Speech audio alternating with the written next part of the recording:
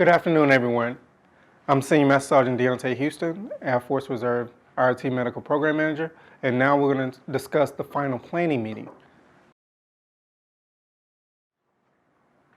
So you always want to start out with the introductions. Once you're done with your introductions, you want to cover the IRT 101. If you remember during the initial planning meeting briefing, it was the first 10 or 11 slides that cover OSD, so make sure you incorporate that in the final planning meeting. Next slide. You want to show the org chart for the IRT program. Remember, we start with OSD, and then we actually move down to the department responsible officers. We have the Air Force, Navy, and Army. And remember, the Marines are part of the Navy, just to give you a heads up. Next slide. We always want to let everyone know that we bolster readiness. We discussed this during the initial planning meeting, mid-planning meeting, and now we're at the final. So you always want to let everyone know IRT is hands-on training provided in a real versus simulated situation. And also it prepares everyone to be able to deploy to complex environments. Next slide. You should also display the timeline again. The reason why is because if you look at the timeline, we're at the final planning meeting. So you have a short period of time before its mission execution. Next slide. You want everyone to know the mission dates. Key dates are ADVON, REARVON, mission, and DV Day. DV stands for Distinguished Visitors, and that's when all of your leadership actually comes to the IRT Medical Project and they see what you're actually executing there at the medical project. Next slide. Before we get into the details of the final planning meeting, this is a snapshot of everything that needs to be covered during your final planning meeting. Because remember, we have to plan properly to be able to execute an IRT mission. Next slide. This is the command structure. So in the previous briefings, we just had bullets that had the name of the mission OIC, the mission NCOIC, so on and so forth.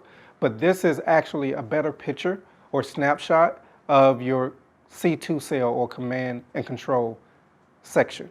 It starts with the mission OIC, and then you have your NCOIC and assistant OIC that supports them. However, you do have an additional position, which is an enlisted member that assists the mission, and they kind of focus on morale. So if you have any morale issues, anything that needs to be handled outside of administrative, that's what your mission first sergeant takes care of. And there will be a job description given to you all for the mission first sergeant. And then, of course, drill down to the various sections. You have dental, optometry, medical. If you have vet services, you have admin, and also you have the site locations. Next slide. This is another depiction of the C2 cell or command and control section. Next slide. Command and control continue. And at this point, you should have your unit manning document or UMD finalized. The only thing you need to discuss at this point is, of course, getting the travel information for your individuals. Maybe you need to get a cell phone number or a civilian email address, but the UMD is finalized. If there are any shortfalls at this point, you have to discuss filling those slots with your service component program manager. And then the UMD is also divided by site locations. So you have your site C2 cell and identified, and then what you're going to do is display the unit manning document at this point, and you guys are going to go line by line to identify and make sure all the correct individuals are in the correct positions. Next slide. You need to discuss credentialing. Make sure you have your credentialing POC brief this section, and he or she will give you a status update in regards to credentials. Next slide. You want to discuss the training plan. Remember, we're here to train. Patient care is secondary to the training aspect of the medical project. So this is where you're going to go utilize Huddle, look at your training folder, make sure It encompasses all of the training that you will conduct during the medical project. And if you have any issues at this point, you need to discuss a solution with your service component program manager. Next slide. This is basically an example of a training plan. So review this. You can use this actual template, or you can add to this template. However, as medical program managers, we would like to see your training plan documented. Next slide. This is training continued.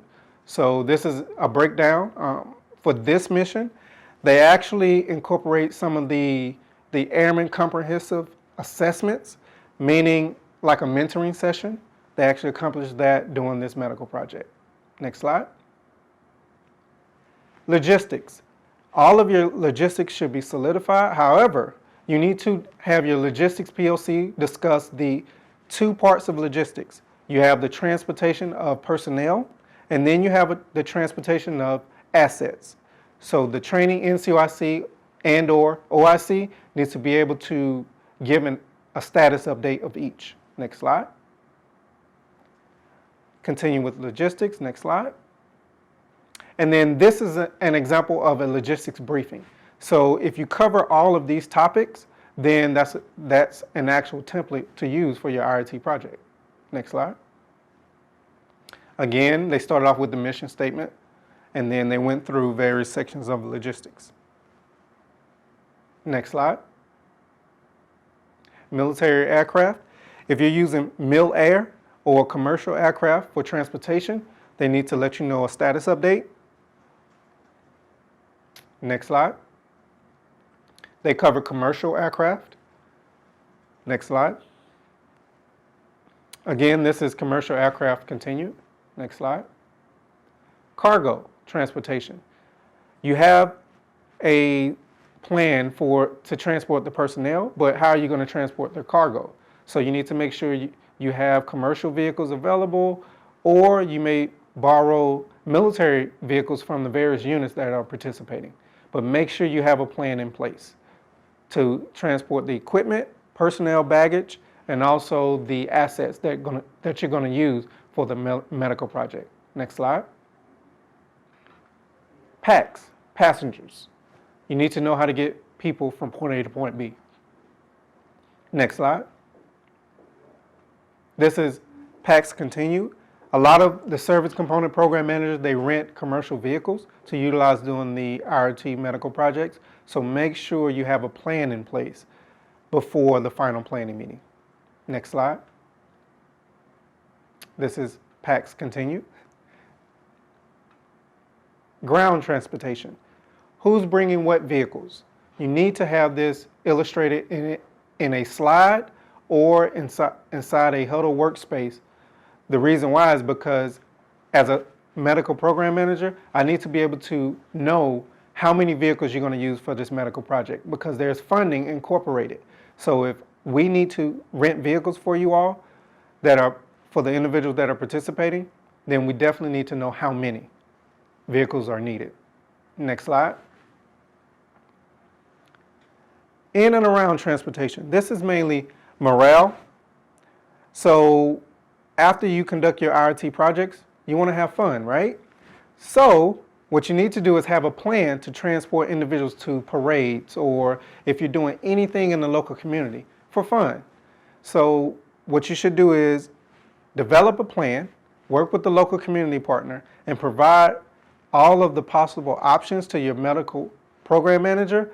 You're going to decide which MWR events you're going to take part in. Next slide. That was a blooper. All right, so what we mean by pack out. Now, we're not going to pack equipment at a warehouse. That's IRT from FY15 or FY16. The new process is once all of your assets arrive to your medical project, you need to know how you're going to get all of your assets from the main site location to the various sites. So work with your logistics OIC and NCOIC, and you guys develop a plan. Next slide. PERSCO, accountability.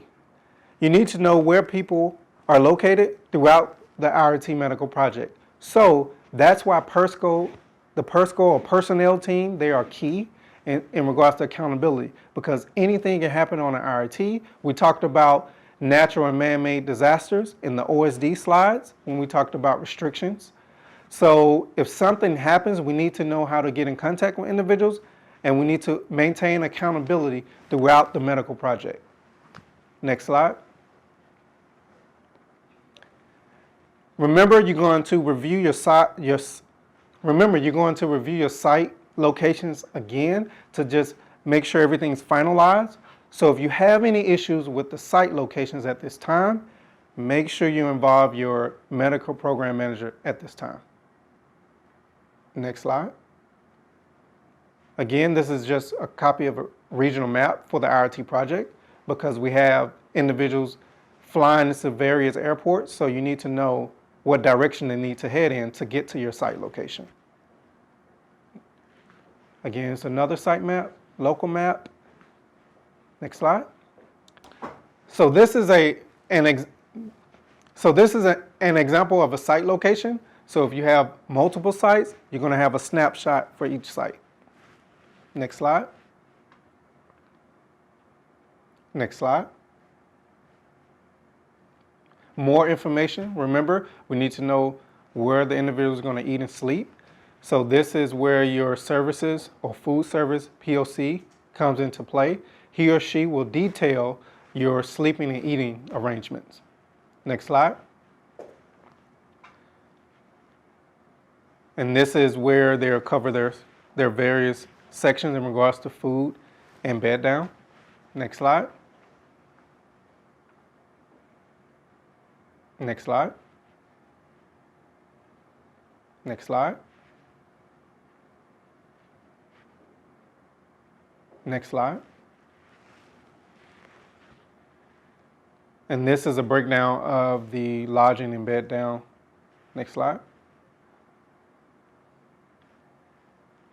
GPC, work with your military service component program manager, because GPC rules are different for each service component.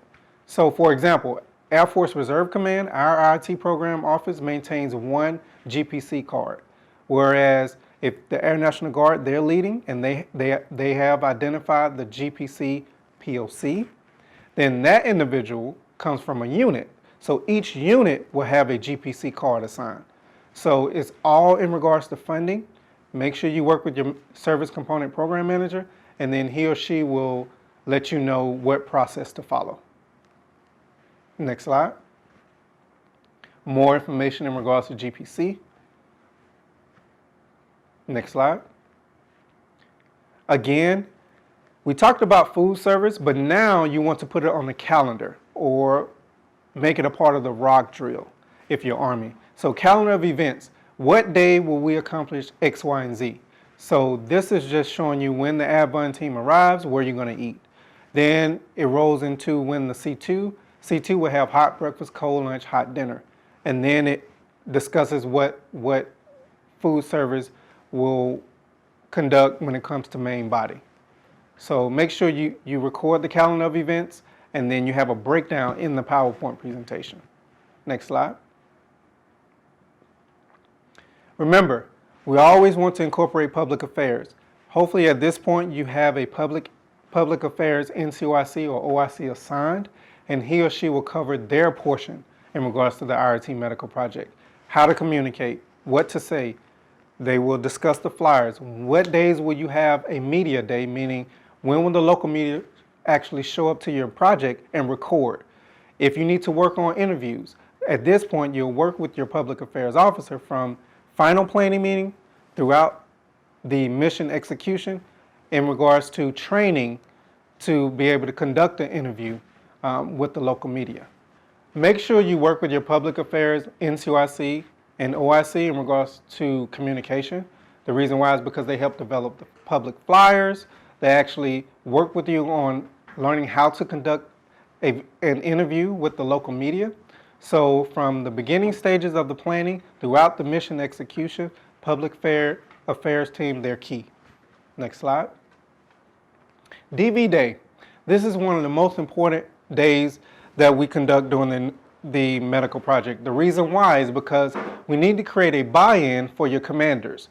Because if we don't have that buy-in with your commanders, we can't have anyone support the IRT medical project. So at this point, you're going to make sure you highlight key items during your DV Day visit or Distinguished Visitors Day.